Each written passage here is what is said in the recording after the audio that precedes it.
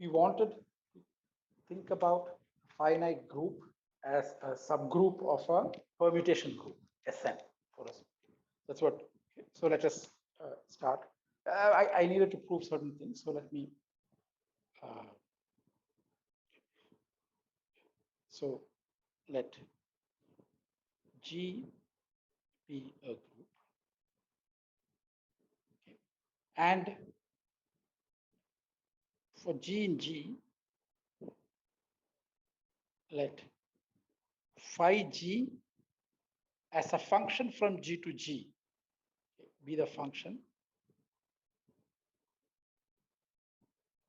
that takes H to G times H. So G is fixed here, okay, and then H varies. So this gives a function. This is just a function, not a group homomorphism in general. But it is a bijective function.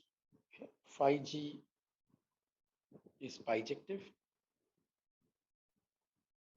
Okay, that is because given any okay is bijective. Okay, so let us check this. Injective. If H1 and H2 go to the same point, if GH1 is equal to GH2, then H1 is equal to H2. Right? I mean, phi G is not injective is to say that there is some H1 and H2 that go to the same point and I mean say that have the same image under the function phi G, which is to say that GH1 is equal to GH2. And but then that forces you this multiply by the inverse of G on both on the left side. Surjective.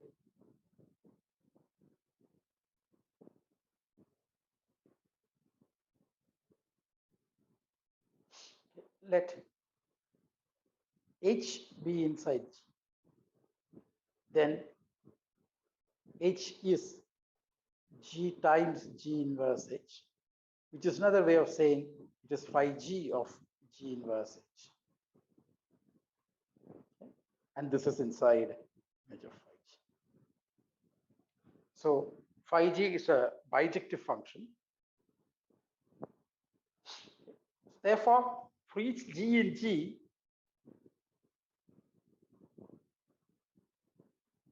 we get an element phi G in the group of bijective functions on G.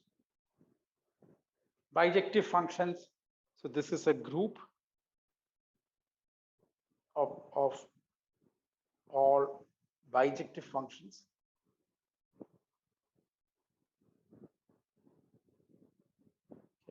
From G to itself. Under, these are functions from a set to itself and the natural group operation on them under composition of functions. And the identity element of the group is the identity function, which takes every element to itself. So we get an element of this guy. Okay, so that is, we get a function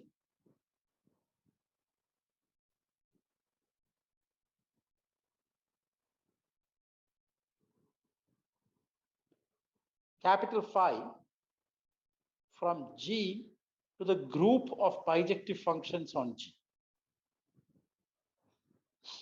G goes to phi G. And so the proposition that we need, I mean, that I stated last time, some property that I stated last time, left the proof for today is the following. Phi, so this function from G to the, I mean, G is a given group, and this is a group under composition. This is bijective functions. Phi is an injective group homomorphism.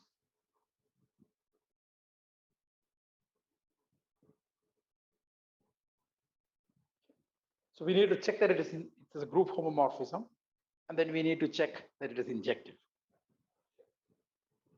Any questions on the statement? Okay. So as I said, yeah, I mean, this is the sort of time when one starts to see these sort of abstract things being defined. So first, we define the collection of functions phi g for each g in G. Then we said, consider the function that takes little g to the function phi g, okay, and we want to study that thing. Okay. So these sort of things, this is probably the first time you're seeing. So please make sure that you understand what the notation, what this thing means. Okay? We are not saying that little phi g is a group homomorphism. We are saying that the function where it takes little g to little phi g is a group homomorphism.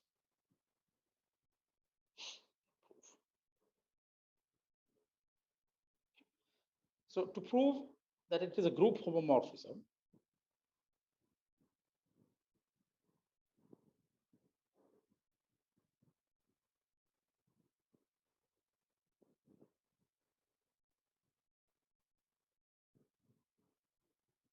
okay, we need to show that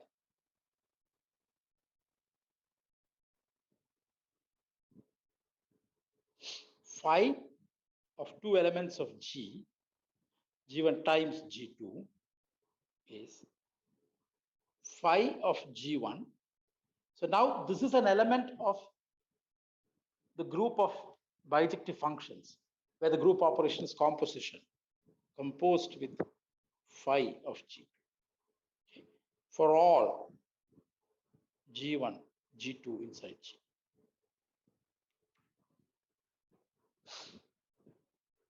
So this is what we need to show. This is just the definition of what it makes a group homomorphism. Okay. It is okay. So this is what we need to check. Okay. Now, what is phi of G1, G2? It is the function which takes an arbitrary h to G1 times G2 times h. So note that phi of G1, G2 is the function G to G which sends h to G1, G2, h.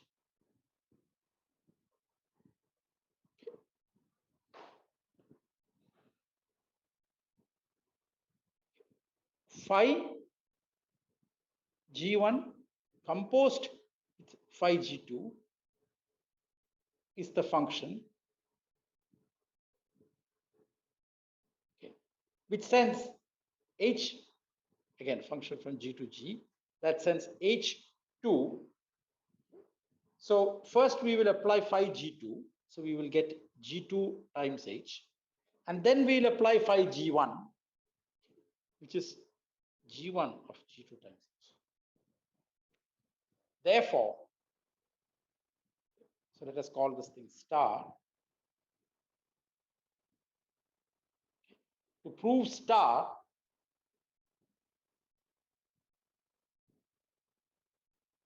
okay, we need to show that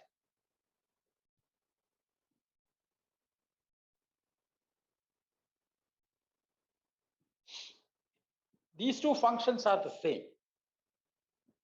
So in other words, G1, G2, h is equal to G1 times G2, h for all h inside h, inside G. That's what we need to show. Okay? And these two functions are the same. The function which takes h2 G1 times G2 first and then times h. But this is indeed true by associativity.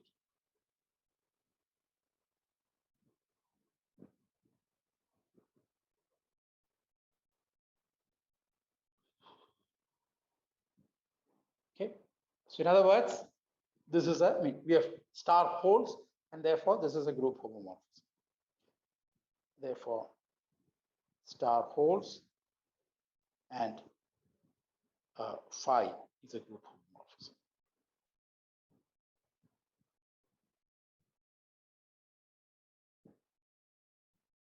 Okay, star holds for every G1, G2. Therefore, phi is a group homomorphism.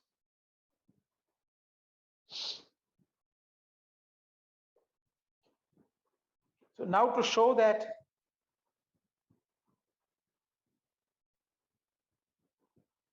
phi is injective,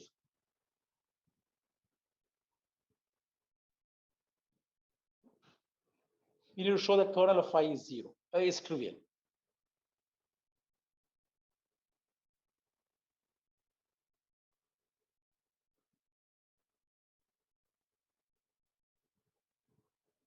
Doesn't contain anything other than the identity element of G. So let G be inside the kernel of phi. What does this mean? This means that phi of G is the identity element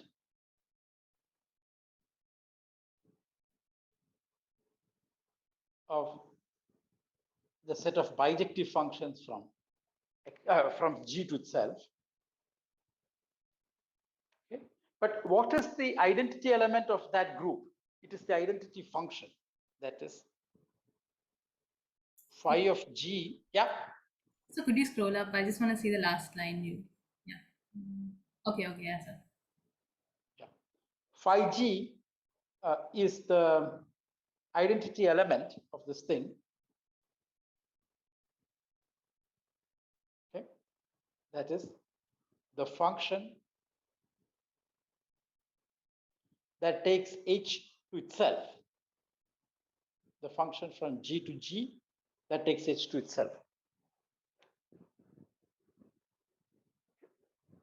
But what does this mean? So this means that,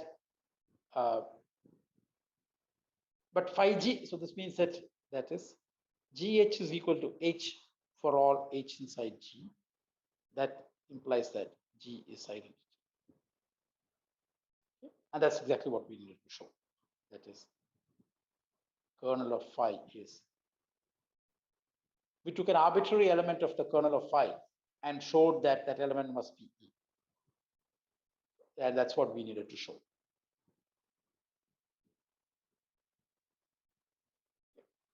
So it's just,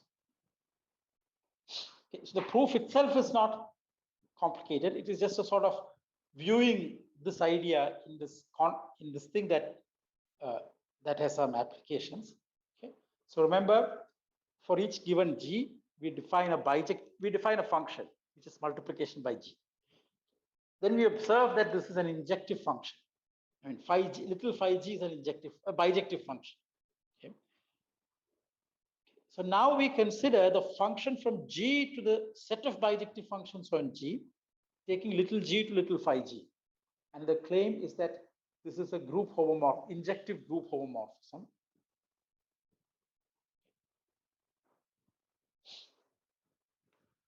Okay.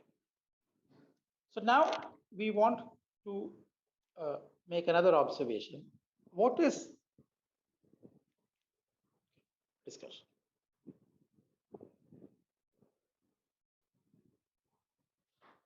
Okay. So let X be a finite set.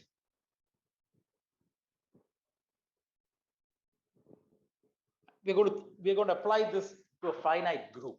Okay. So let us say it is a set with n elements.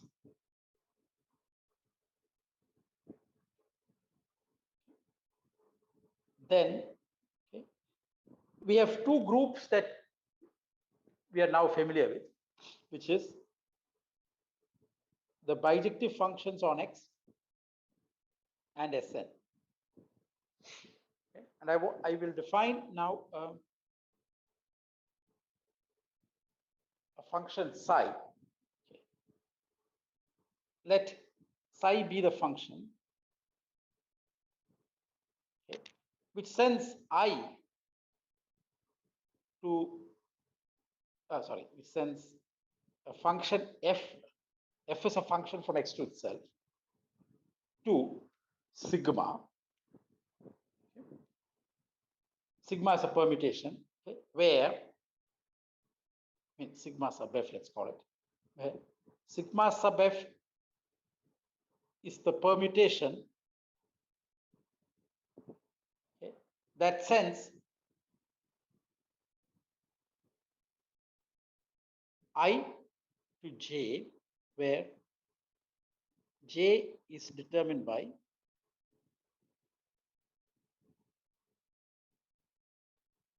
the following. Okay.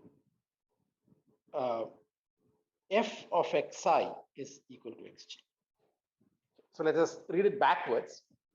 F is a bijective function. Okay. Therefore, f of xi will be xj, some j sub I. Let's call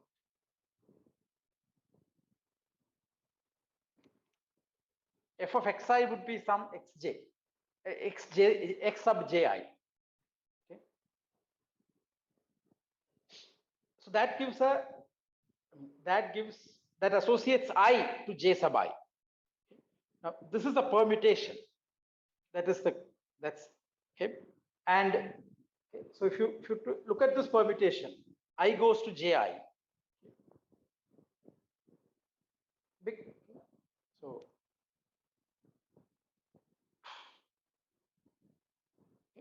we get a permutation, and now we can define a function from the set of bijective functions on X to a set. In other words, what we're saying is that the set of bijective functions are from a set of n elements, okay, is the same as permutations of n elements. Remember, every permutation is a bijective function, because it'll take 1, 2, 3 up to n to some permutation, which is, so it's bijective. Okay? So this is what. So this is what. So given a bijective function from x1 through xn, we can get a permutation of 1 through n, like this.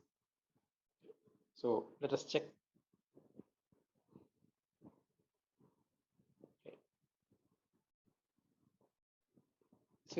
Okay. So f of xi is, f of xi can be written as some x of ji. Therefore, we can think of this as a permutation which takes I to ji.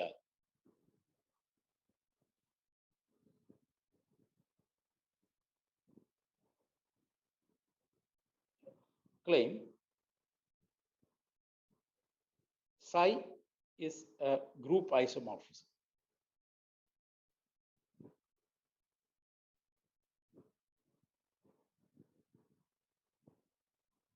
Okay.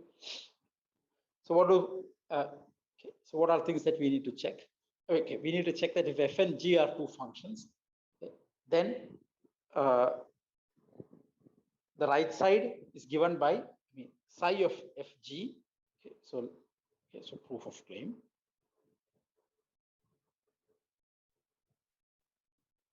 Let f and g be bijective functions on X.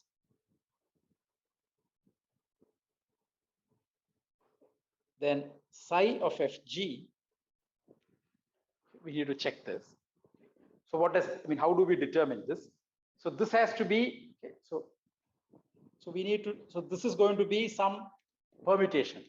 Okay, that's how psi is defined. Okay, what permutation is it? Okay, psi of fg of I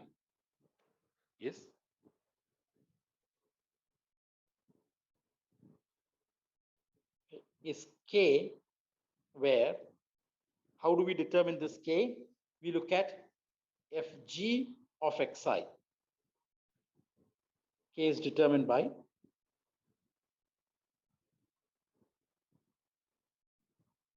the following. Xk is fg of xi. So the permutation is just keeping track of the subscripts, the indices. It forgets what x is, where did these elements come from. It just treats them as 1 through n. Okay, so that's this. Xk is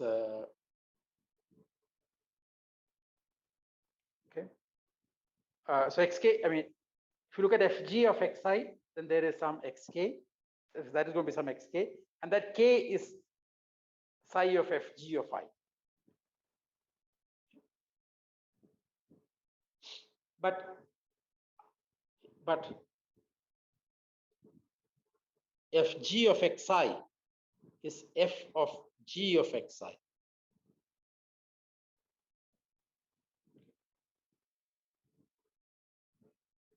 So write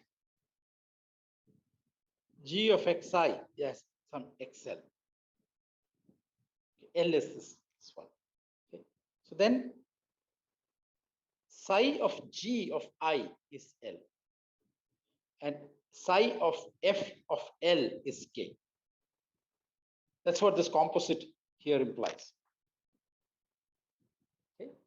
So therefore, psi of fg, okay, of I is psi of f composed with psi of g, the composite function applied to I. This is true for all I. So therefore, psi of fg is psi of f composed with psi of g. Here we are again thinking about permutations as the group operation and that thing as composition. And this is true for every fg.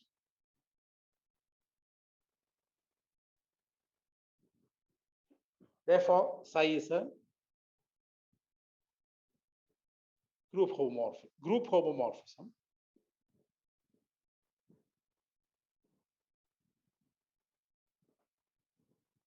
Okay. Now we will show that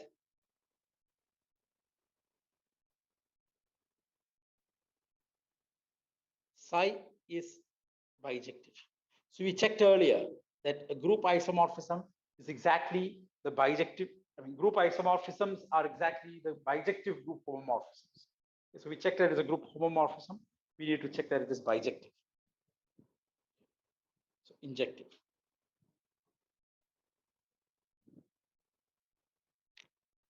So let f be in the kernel of psi.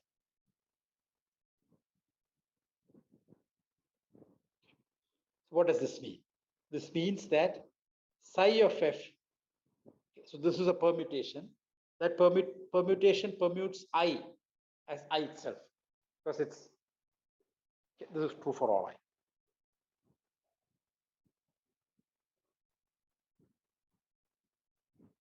Okay. So this is,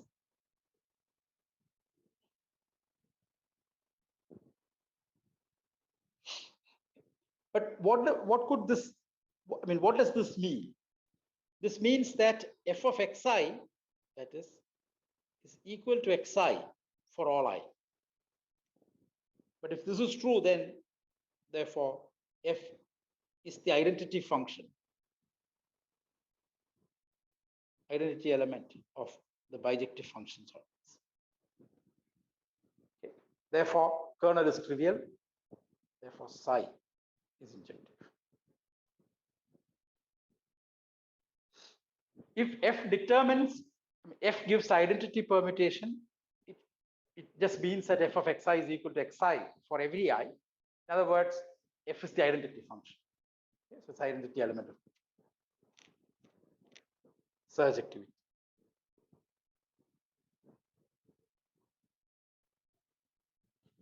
So let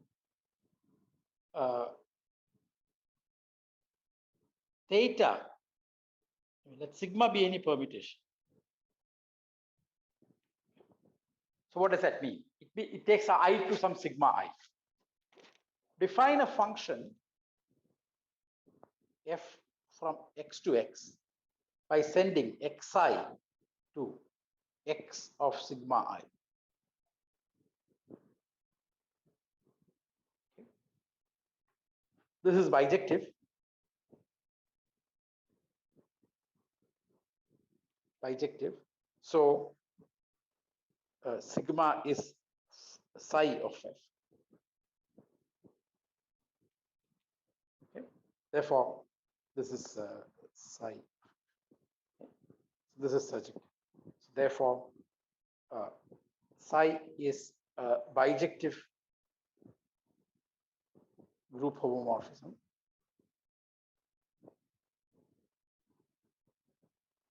In other words, it is an isomorphism of groups. So whenever we have a finite set, okay, we can think of the set of bijective functions on it as just the permutation group or Sn of that cardinality. This is an important observation.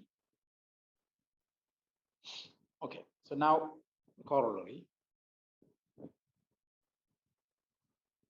I mean, maybe I should not call Cayley's theorem.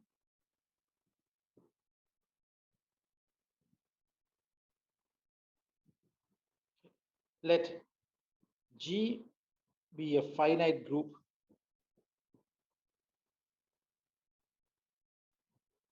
of cardinality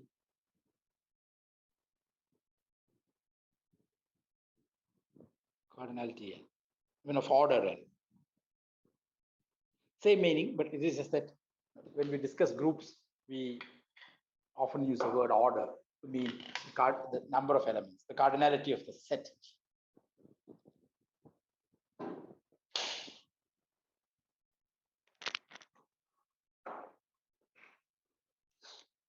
Then G is isomorphic to a subgroup of S, the same elements. Okay, proof.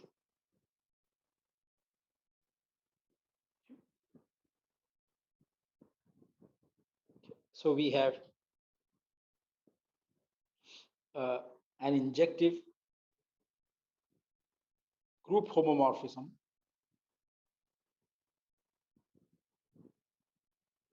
phi from G to the set of bijective functions on G, and an isomorphism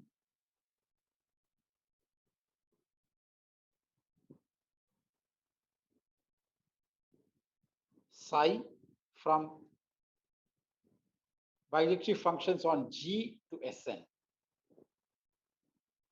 This is what we proved in the previous discussion. G has n elements, so the set of bijective functions on G is isomorphic to Sn.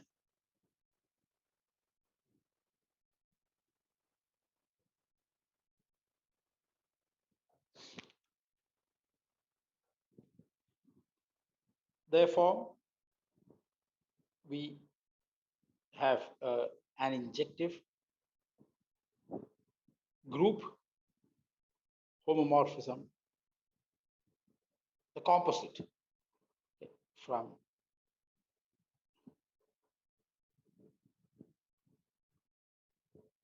G to Sn. Okay. And we observed earlier that if you have an injective group homomorphism, the image is, I mean, G is homomorphic, G is isomorphic to its image, okay, and image is a subgroup of S. G is isomorphic to image of the composite function, okay, which is a subgroup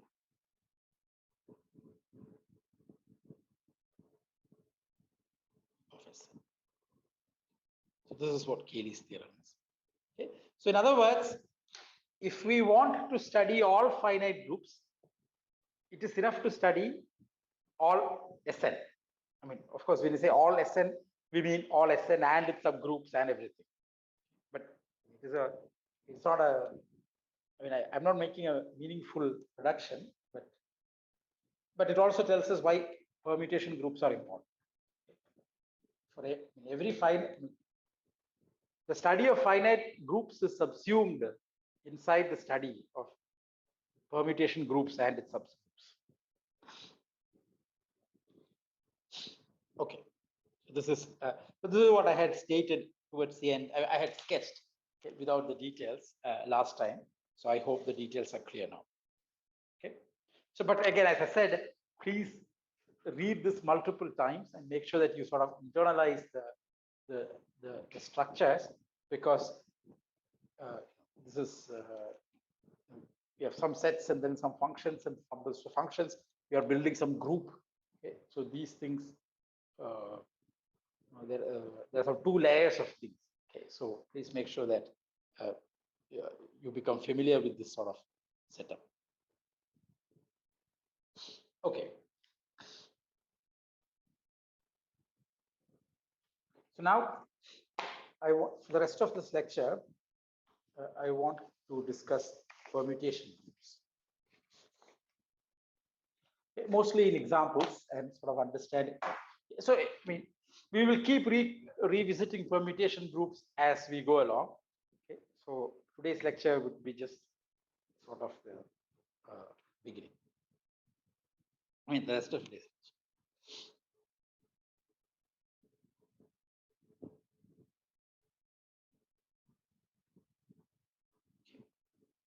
So when I do mean I mean Sn, n some integer, some positive integer. Okay. And I mean sometimes it's called symmetry groups, which is why the symbol is.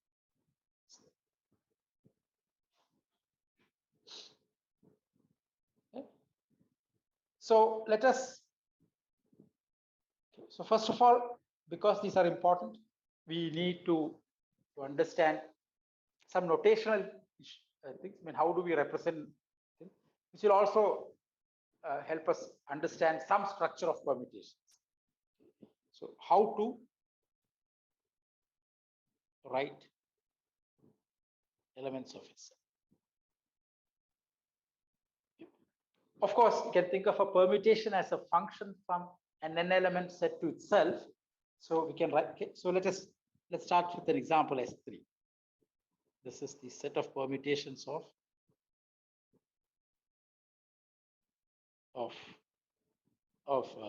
1, 2, 3. Okay. So 1 can go to any element, 2 can go to any element other than what 1 went to, and 3 therefore has only one choice. Okay. So this has 3 times 2 times 1, 3 factorial elements. Okay. Sorry, I meant S3. Okay. In general, Sn has n factorial elements. I mean, cardinality of Sn, order of Sn is n. Okay. Again, 1 can go to n elements, any of the n elements. 2 can go to any of the n minus 7 elements. That is not what 1 went to. Okay. So let's call. Okay. So that is, and these two choices are independent. So you have n times n minus 1. Then 3 can go to any of the n minus 2 elements that were not what 1 and 2 went to. So you have independently n minus 2. So likewise, so you have n times n minus 1 times n minus 2 times all the way down to 1. And that is n factor. This I'm sure you've seen this from school, so I will not bother. I hope you have seen it in school. If you have not seen, just email me, I can explain about it. Okay. So how do we, so I'll take S3 just because it's easier to write. Okay, let's sigma. How do we represent, I mean, how do we write down sigma?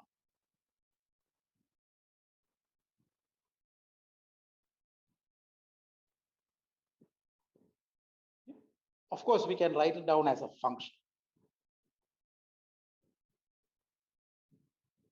We can say what is sigma of 1, what is sigma of 2, and sigma of 3. Okay, just list. Okay, that is list sigma 1, sigma 2, sigma 3. Okay, but this is, it's too cumbersome and it takes up a lot of space. Okay. We could do what informally people call the two-line notation. Informally, I don't know if everybody uses this, or I don't know. I said I did not see this word in Artin's book. So instead of writing it like some table like this, we write it slightly differently. just write 1, 2, 3. Then write down below it what sigma 1, sigma 2. That's why it's called two line. Okay, so these are the I and these are sigma I. So this is also too much. So most often people write the next one, which is called one line notation.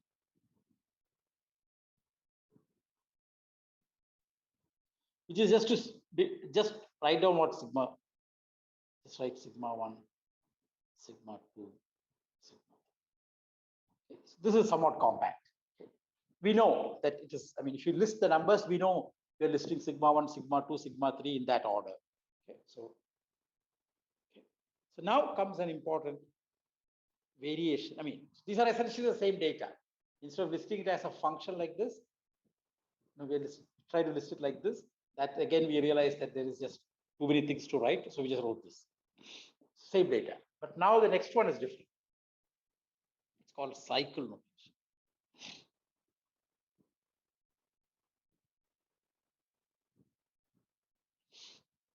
Okay.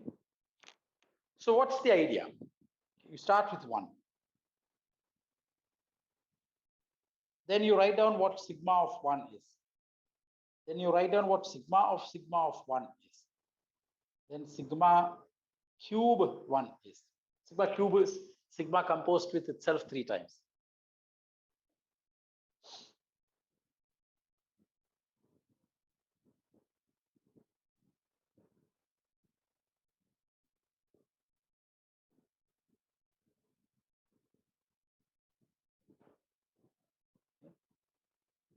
And then sigma 4 1.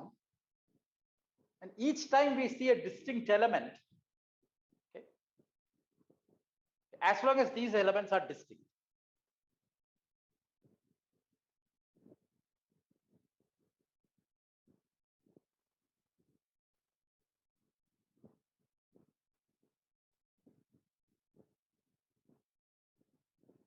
And you stop the first time it comes back to 1.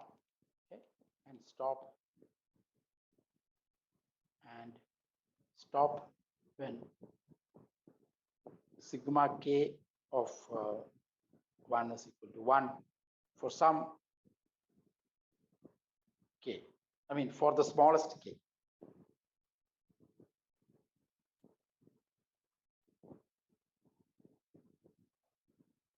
Okay. So that is what. Okay. So then repeat. So now we have written down where 1 goes to under successive applications of sigma. Okay. And then after this,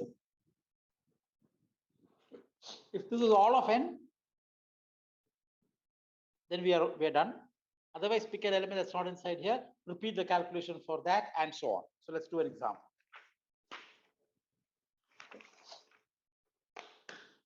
So I want to do a specific example of, I mean, I want to reinterpret S3. So,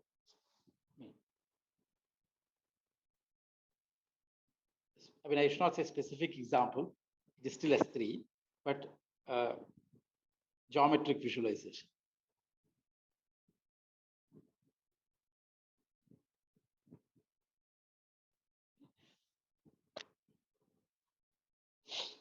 So we'll revisit this point again. S3 can be visualized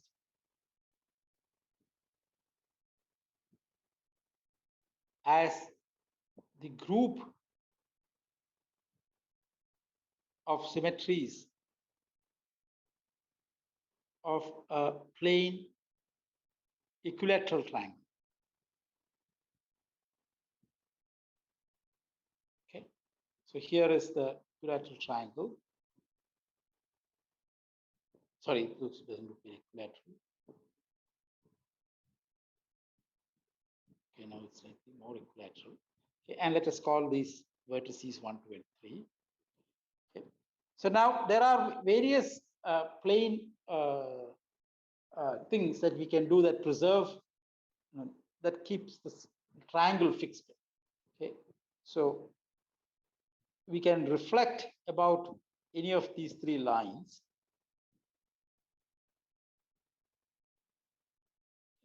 So L1, L2, L3. So reflections reflections about Li for each one of I equals 1, 2, and 3. Another is rotation by 120 degrees. That also preserves the triangle. Okay? I mean, it'll move the labels of the vertices, but the triangle will look geometrically as the same triangle. Okay? So let us interpret. Let's think about these elements as elements of S3.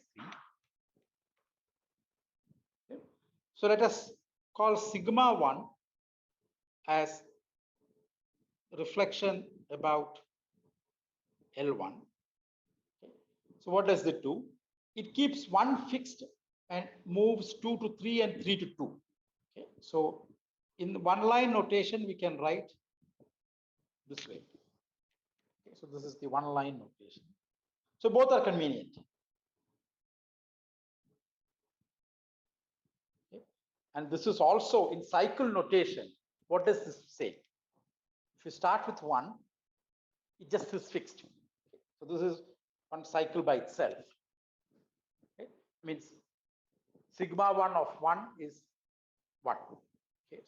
So we are back to 1. So we stop. Okay. Now we look at 2. So the remaining elements of 1 through n, there's 2 there. Okay. 2 will go to 3. Okay. So sigma 1 of 2 is 3. And sigma 1 of 2 is back to 2 itself. Okay. So in other words, so this is the cycle notation.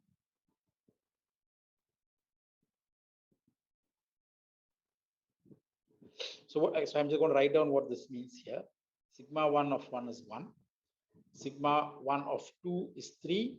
Sigma 1 of 3 is 2. Okay. So that's what these two cycles mean. Okay. So in cycle notation, this permutation is written like this. We can write down sigma 2. Reflection about L2.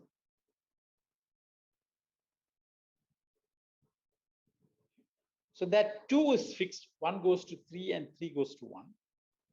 1 goes to 3, 2 is fixed, and 3 goes to 1. That's the one line notation. And that is the same as 1. So you start with 1. Okay. Sigma 2 of 1 is 3. Sigma 2 of 3 is 1. So now that cycle is complete. Okay. Remaining element is just 2, and that is fixed. Okay. So in other words, sigma 2 of 1 is 3. Sigma 2 of 3 is 1. Sigma 2 of 2 is itself. So that's what this cycle notation means. Sigma 3, reflection about L3. So reflection about L3 would mean that 3 is fixed and 1 and 2 are interchanged. So in one line notation, it's just this. So this is one line, and this is cycle. One line notation, cycle notation.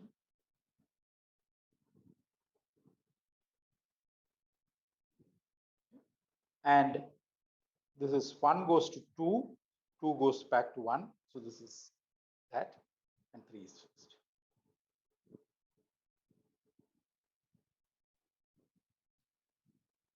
Okay. And so we also, so there's another thing, which is rotation by 120 degrees. So let's call that thing tau.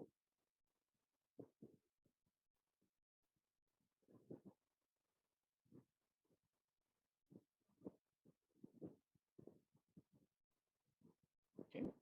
So in that thing, 1 goes to 2, 2 goes to 3, and 3 goes to 1. So in 1 goes to 2, 2 goes to 3, 3 goes to 1. So this is the one line notation. And in cycle notation, it is 1 goes to 2, 2 goes to 3, 3 goes back to 1.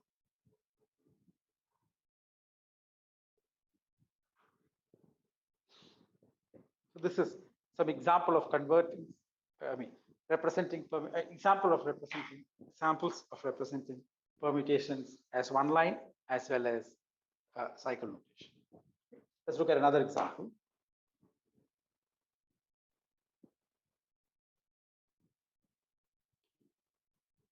So natural question now is, what would be the group of symmetries of a square or a regular pentagon or a regular hexagon, etc. Okay, so those are not the corresponding permutation groups. Okay, they are much smaller than the permutation groups. So that we will come back. Okay, so I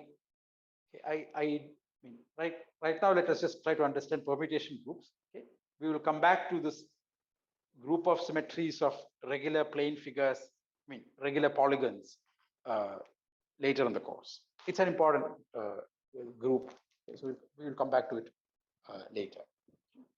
So square, regular pentagon, regular hexagon, and so on. Okay. So let sigma in Sn, S5, be the permutation.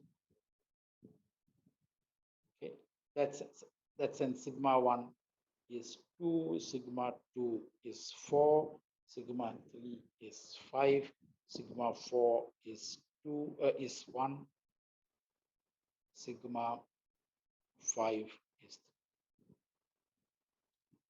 3. Okay. So in one line notation, okay, sigma 1 is 2, sigma 2 is 4, sigma 3 is 5, sigma 4 is 1, sigma 5 is 3. So this is one line notation isn't really doing anything.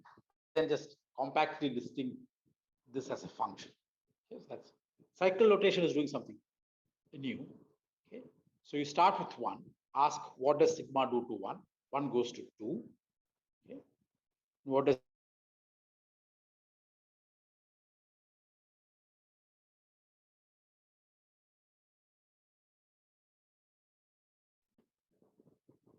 so now we are okay. So now this just says what did it to 1, 3, and 1, 2, and 4. So now we have to ask what did it do to 2 to 3 and 5. Okay, so 3 goes to 5 and 5 goes to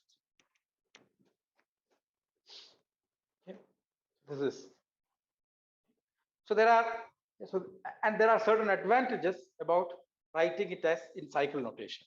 Okay, so I'm going to explain them using examples for now, and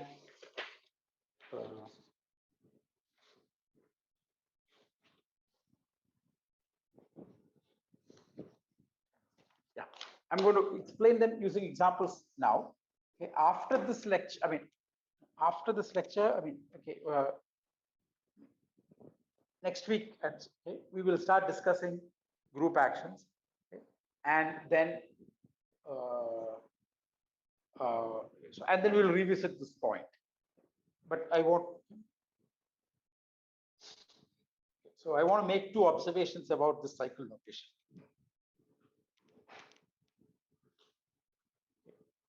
Some observations about cycle notation.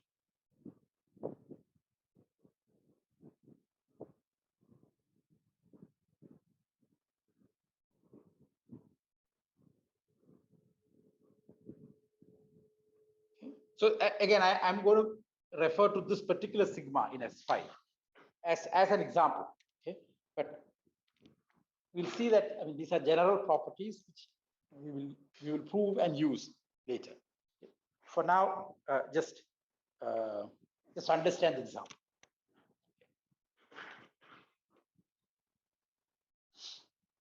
One. So in the above example,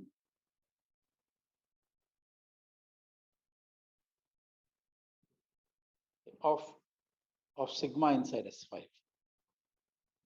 Okay. We can consider two other permutations.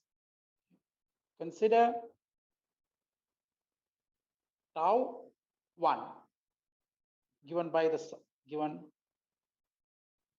1 to 4, which is the first cycle here. Okay, in cycle notation,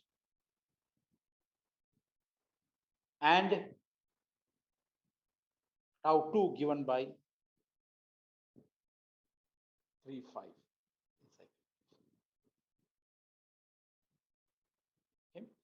So individual cycles themselves are permutations. But what does that mean? Okay, so tau 1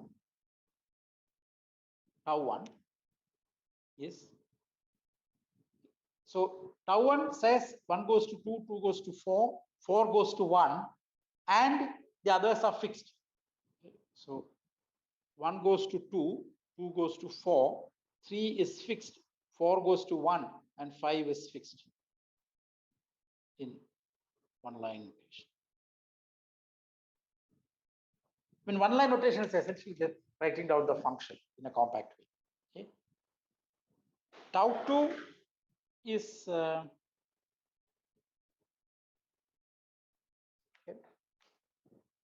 Tau 2 is similarly, one goes, I mean, only thing tau 2 does is to take 3 to 5 and 5 to 3. It doesn't do anything to the others. So 1 is fixed, 2 is, I mean, 1 goes to 1, 2 goes to 2, 3 goes to 5, 4 goes to itself, 5 goes to 3 in one line notation.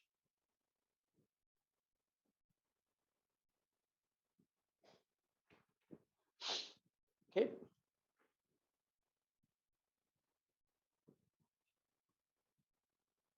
Therefore, sigma is tau 1, tau 2. I mean, we can check this. I'll do a couple of things. Okay. To see this, okay, sigma of 1 is sigma of 1 is 2. Okay.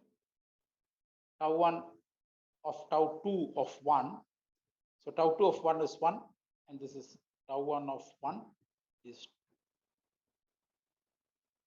2. Okay. Similarly, tau 1 of tau 2 of 4. I'm not doing all of this. Okay. Tau 2 fixes 4, and tau 1 takes 4 to 1.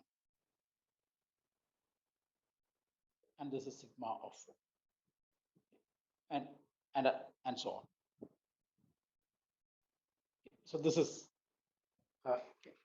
So in other words, we can think of each of the cycles themselves. Right? So such a thing is called a cycle. Okay, 1 goes to 2, 2 goes to 4, 4 comes back to 1. Okay. Such a 3 goes to 5, 5 goes to 3. Okay. So individually, these things are called cycles. Okay. So if you write a permutation in cycle notation, then it also tells us that inside the permutation group, we can write the permutation as a product. So this product here, so this product of tau 1, tau 2 in Sn. Okay, remember, whenever we are thinking about Sn, what does a permutation do? Okay, that is essentially, you have to just understand what it does as a function from the set 1 through n to itself. Yes, that determines the permutation. So this is one observation. Okay. So I'll just write this down. Okay. So therefore, if sigma in general,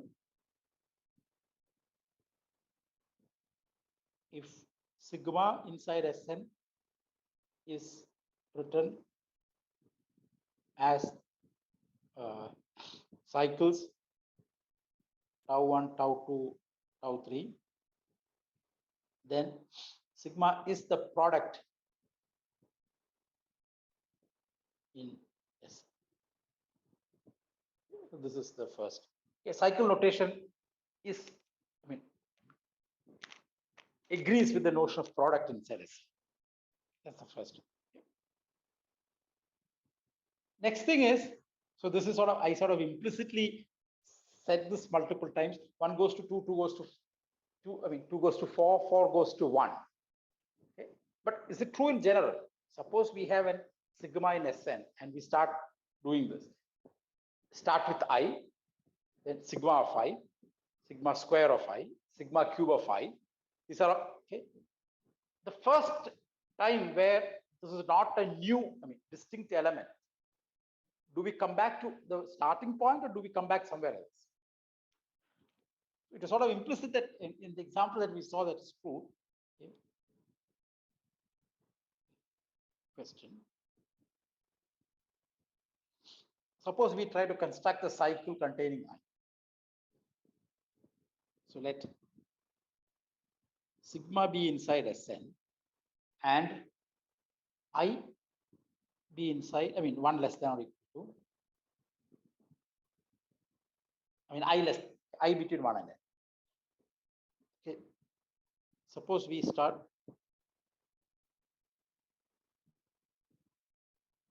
we want to construct the cycle starting with I. Okay. So how do we proceed?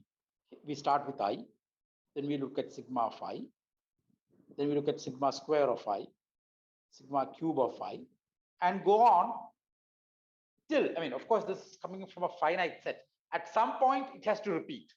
Okay. When it repeats, is it I or something else? Okay. So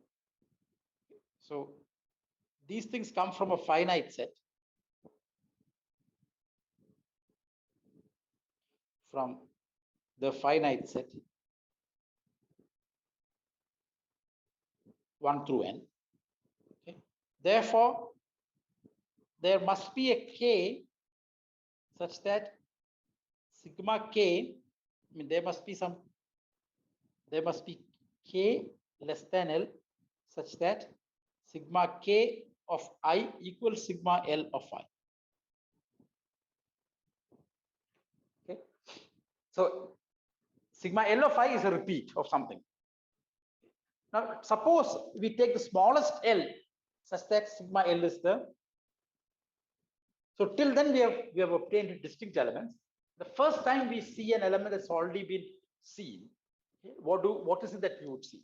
Suppose L is the smallest integer such that sigma L of I, so we're still constructing the cycle of I, is already in the set I, sigma square I, and so on. Sigma L minus 1 I. So that is L is the first time we see a repeat.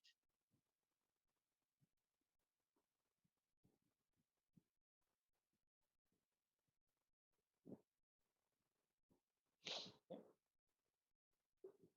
Then what is sigma L of I? Then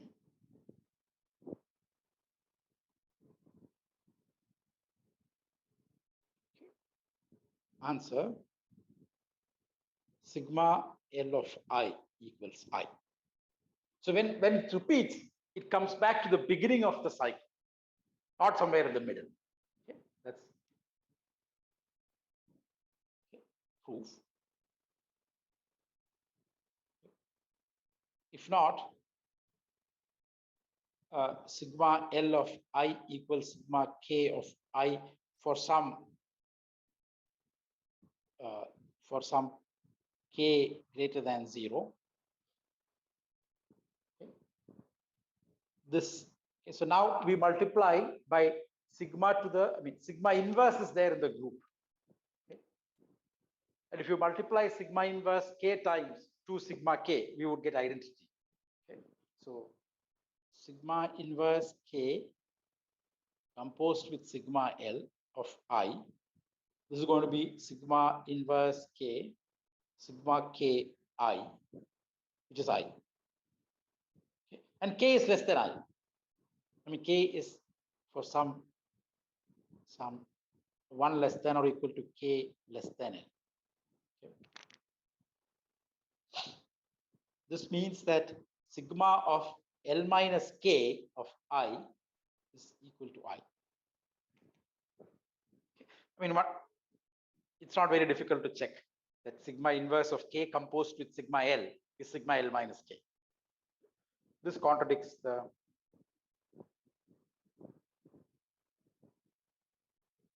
definition of L, right? Because there is a repeat already at L minus K. We had said that L is the first time we see a repeat. So therefore, sigma L of I equals I. Okay. So when the cycle, when we first time we see a repeat in the cycle, we are back to the beginning of the cycle. Okay. So that's another observation. Third observation that we would like is the cycle I, sigma square I, okay, sigma to the Li, and the cycles, and sigma I, sigma square I, up to sigma to the Li.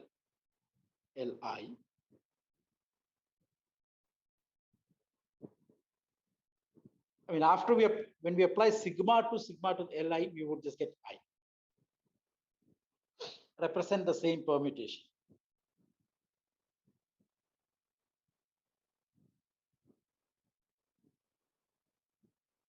Okay, so cycle notation is not unique. Okay, how the cycle is written is sort of, I mean, the only thing that we need to be careful is that the order in which it is written, the cyclic order in which it's written is correct. Because it should represent I, then sigma square I, and so on. Okay. Whether you, okay. So because sigma to the, so what is L? Where L is the smallest integer such that sigma to the Li is not equal to I. That's not correct. That's not, that is not correct. L plus 1 is the smallest integer.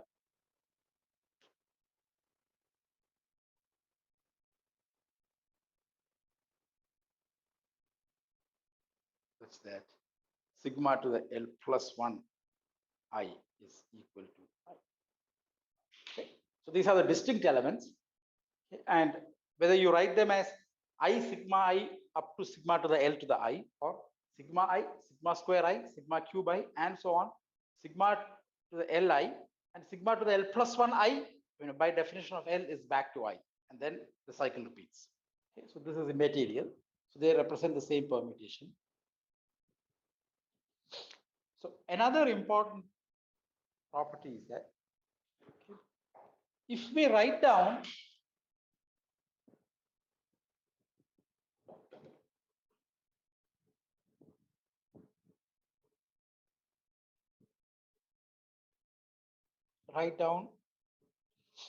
the cycle notation of a permutation, okay, as above. Okay. The cycles are disjoint.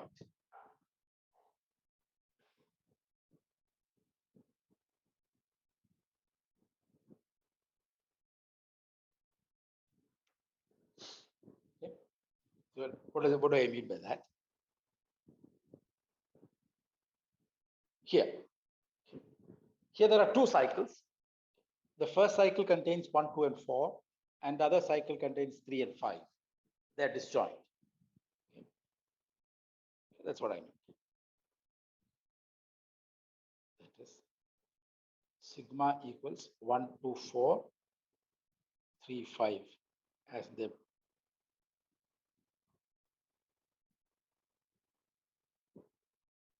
okay, and there is a reason for that. Okay. So it's good to sort of understand the reason now. We will see these things in a sort of more rigorous way once we understand group actions. But for now, in any case, whatever we are sort of informally arguing now is the, I mean, is the crux of the argument in the formal sense also. So it's not like we'll see some entirely new argument later. Why is that? Okay. So suppose tau 1 and tau 2 are two cycles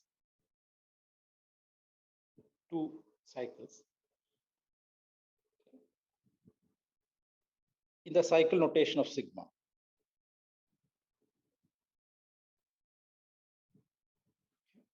We want to show that they're disjoint.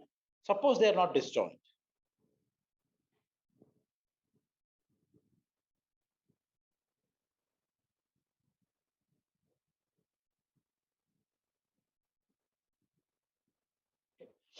Okay. So let us say that, say, I is inside tau 1 and I is inside tau. So I'm writing it as a cycle, but I mean, but it's really a set. But the order in which the elements come matter. That's all. Second, so I is inside tau 1 and I is inside tau 2. But if I is there in both, what would be the next element? It would be sigma of I. Okay. So this would imply that sigma of I is there in both. Because both of these are cycles. Okay. So if some element is there, sigma, both of these are cycles that appear in the cycle notation of sigma. Okay. So sigma of I will also be there in both. Sigma square of it will also be there in both, and so on. Okay. So let L plus 1 be the smallest integer such that sigma L plus 1 of I is equal to I. So therefore, sigma k of I is inside tau 1 and sigma k of I is inside tau 2 for all 0 less than or equal to k less than or equal to L.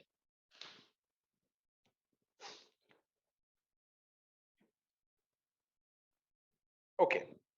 So now, so these are consecutive elements inside tau 1 and tau 2, because you start with I and then the next L elements would be these things: sigma of I, sigma square I, sigma cube I. And so tau 1 will look like I, sigma I, and sigma to the Li, and then maybe stuff goes. Okay. Tau 2 will also look like this. I mean, somewhere there will be an I, next will be sigma I, and sigma to the Li. Okay. But what should be the element after sigma Li? Well, it should be sigma L plus 1 I, but sigma L plus 1 I is I. Okay. So since,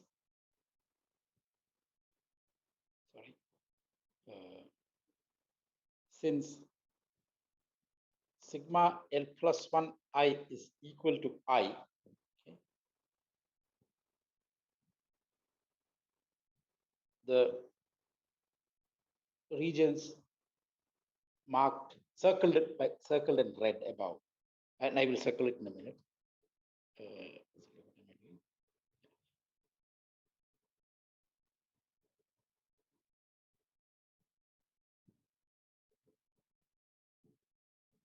These things that comes before I, similarly here the stuff that comes before I, here that comes after must be empty. Because the next element should be sigma L plus 1 I, but that's already there, it is I. So there can't be anything after this one. Okay. And if you take, can there be something before I? So there will be a J such that sigma J is I, but that is sigma Li. So, okay.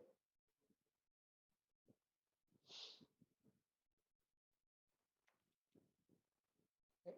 So must be empty. Okay. So in other words, sigma of J equals I implies that J equals sigma L of I.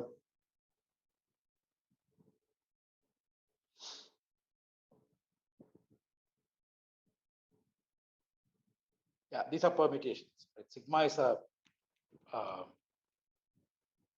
mean, sigma L, sigma of sigma Li, and sigma of J are equal. So J equals sigma is a permutation. It's a bijective function.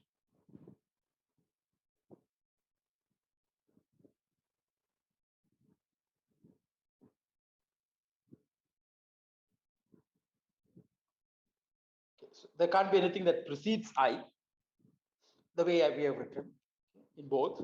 There can't be anything that goes after I, because that just, I mean, that follows sigma Li, so that is back. So therefore, tau 1 is. Okay. So these are some sort of easy observations about cycle notation, some of which is related to the structure of some of which we will exploit and learn in greater detail, and this is related to structure of permutation groups. Okay. But for now, I think at least in examples we are able to see these properties in some way. Okay. Okay, I'll stop here. Thank you, sir.